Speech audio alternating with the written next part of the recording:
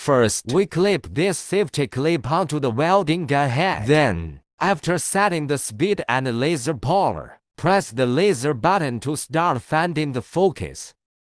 Adjust the distance between the welding gun and the material surface.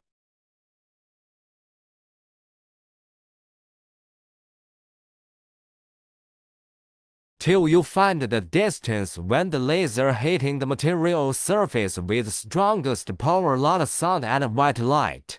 That is the focal point. Unscrew the screw and welding gun tip to find adjust the screw lengths. Make the screw lengths correct.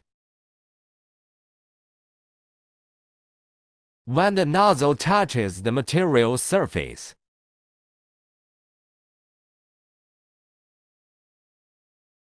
the focal point is on the material surface. Lock this screw. This is how we test it and how we find focal point.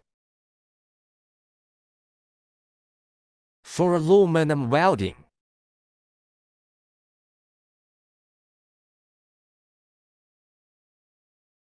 you will need to make the focal point a little bit offset, not exactly on the material surface. You will need to make the screw a little shorter or longer. Find the balance that you can weld aluminum and also avoid much reflection.